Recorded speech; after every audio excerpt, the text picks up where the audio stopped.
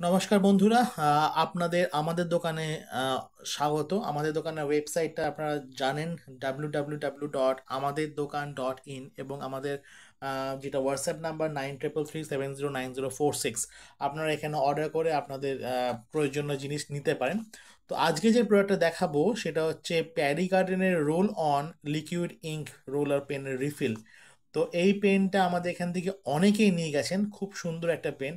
তো সেই পেনের রিফিলটা অনেকেই বলছেন আনার জন্য, তো আপনাদের রিকোয়েস্টে রিফিলটা আমরা নিয়ে এসেছি।